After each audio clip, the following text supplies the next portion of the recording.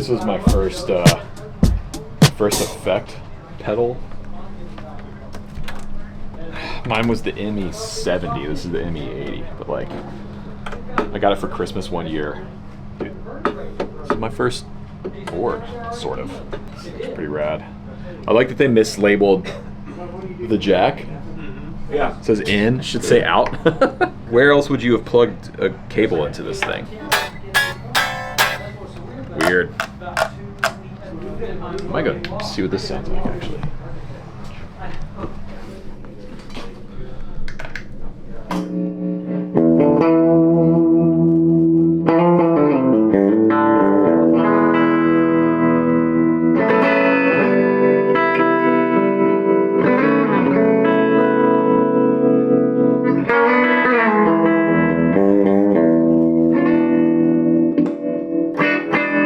Oh, that's cool. So it's not like a traditional Strat setup because now these two are out of phase with each other.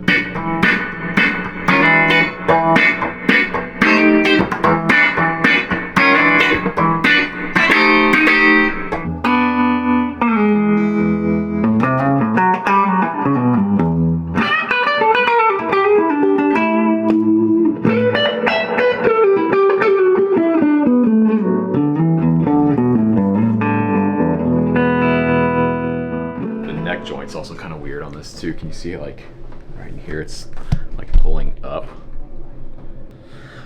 You know, interesting. Interesting.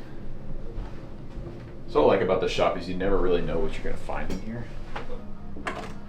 Dude, look at that. We were just talking about these. We were actually. Coronado II.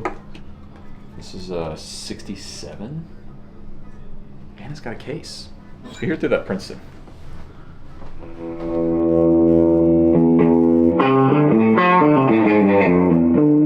It's really hot.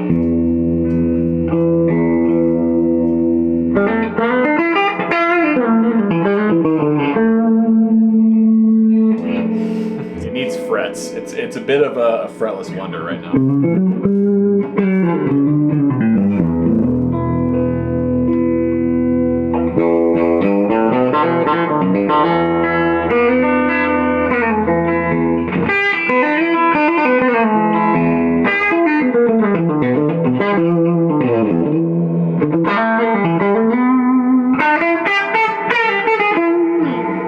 Dude, those pickups are wild. Needs some work though. Like, it's got a crack in the back. It goes all the way through the binding. I mean, it's a, you know, it's a bit of a beater, but it's got a vibe.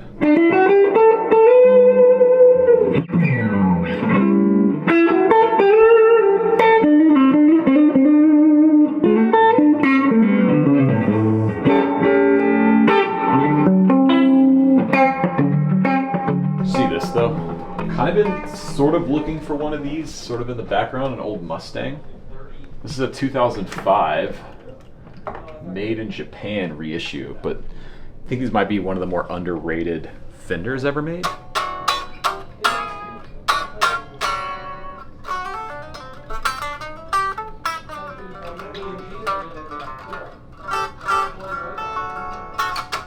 Feels good.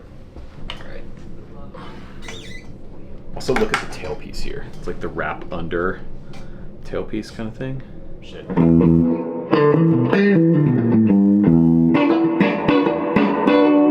So that's both pickups. It's pretty cool. Then you can go out of phase with both pickups.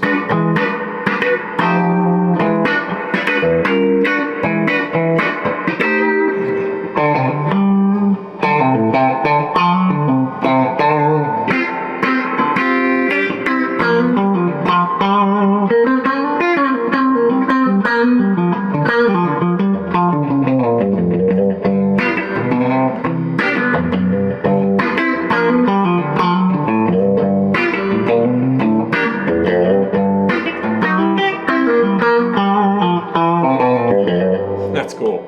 Is this bridge by itself?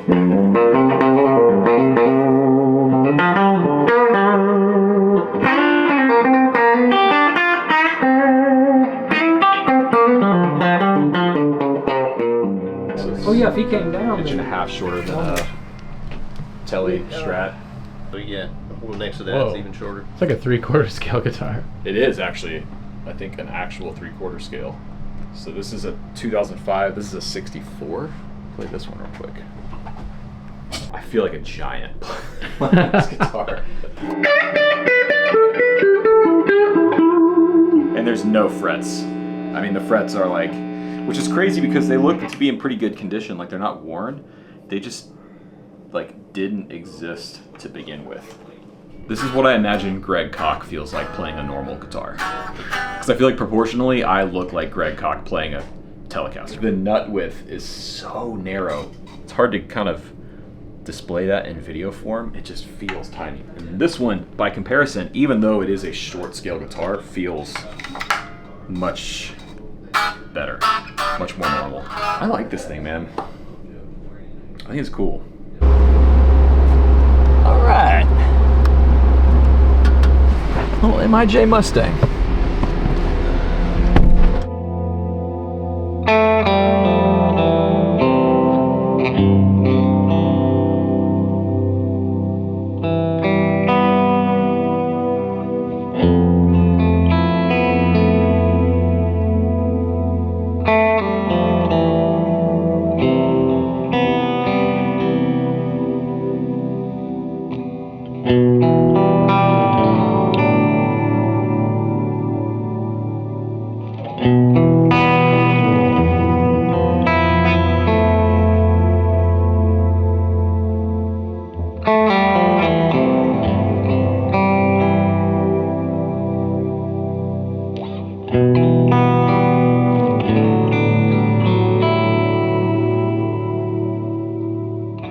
Okay, so I've had the Mustang now for a little over a week, and I've been playing it basically every day in different circumstances. I used it to put the finishing touches on my EP.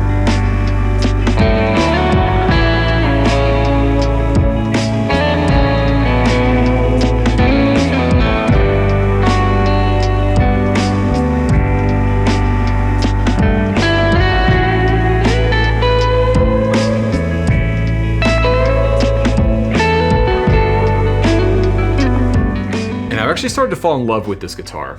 I think this is actually one of the most underrated guitars I've ever played. Certainly the most underrated Fender I've ever played. First of all, the short scale length and the smaller body size make me play the guitar differently. Because it feels so compact, I feel like I'm making slightly different choices in how I'm playing what I typically play. It's actually really comfortable, even for a bigger player like me. I'm 6'3", and this is a small guitar for me, but it's still easy to get around. The nut width in the neck is definitely a little narrower than I'm used to, and the short scale is definitely shorter than what I'm used to, but it feels really good. The other great thing about this guitar is the pickups. Now, as far as I can tell, these are basically just Strat pickups with different covers on them. That's not what makes them special though. To me, it's the position of the pickup under the strings relative to a Strat or a Tele that causes it to have a different sound.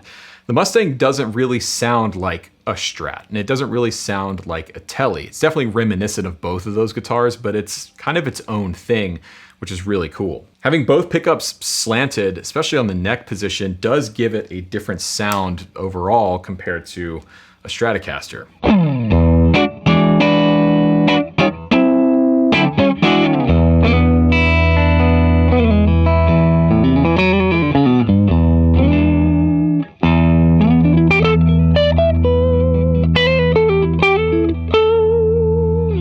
Like, it is reminiscent of a Strat, but it isn't a Strat neck pickup. Same thing with the bridge. It kind of has a Tele-esque sort of feel to it, but it's just different.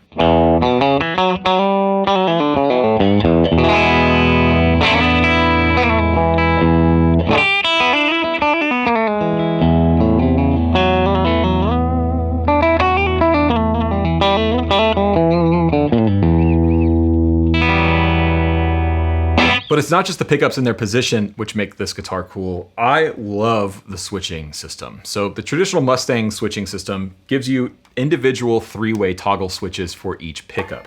Now, it's a little weird at first, and it's not easy to switch on the fly. You kind of have to like reach up and move the switch where you want it to go. But this gives you some interesting combinations. Obviously, we can do each pickup on and off like normal, or we can do each pickup in parallel, which give you this kind of sound.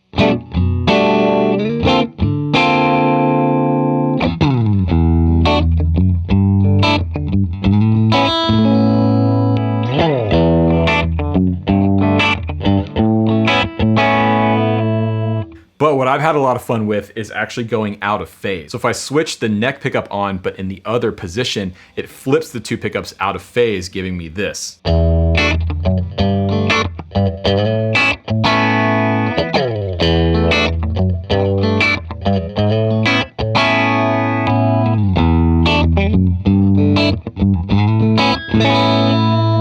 That's super cool. It's kind of that Peter Green style thing on a Les Paul where the neck pickup was flipped out of phase. And it opens you up with this guitar to do different things. Like that weird out of phase sound is great for funk lines.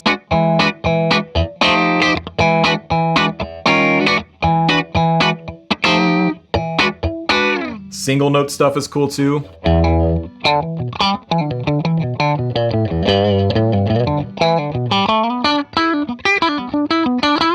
Now there are a few drawbacks for me with this guitar. The vibrato system is a little interesting and tough to get used to. I don't have the arm for it. I've got to order one. But for me, when I'm resting my hand on the bridge, typically I've got it, you know, where the tailpiece would be. And in this case, the tailpiece is the vibrato. So I've had to get used to resting my hand here without actually putting too much pressure on it, because you can pull the guitar out of tune pretty easily.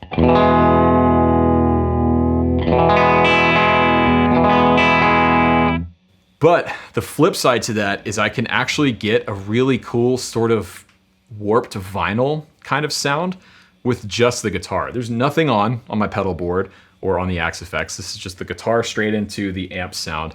And listen to this modulation that I can get.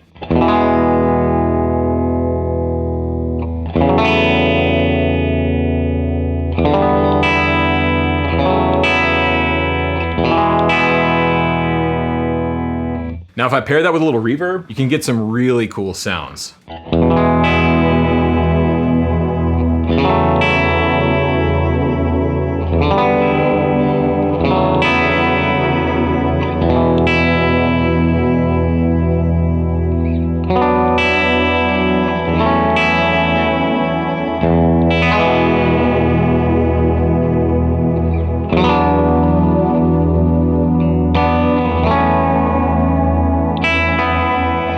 That's something I haven't been able to do with a traditional style vibrato or tremolo system on any of my other guitars, like a Jazzmaster trim, Strat trim, a Bigsby.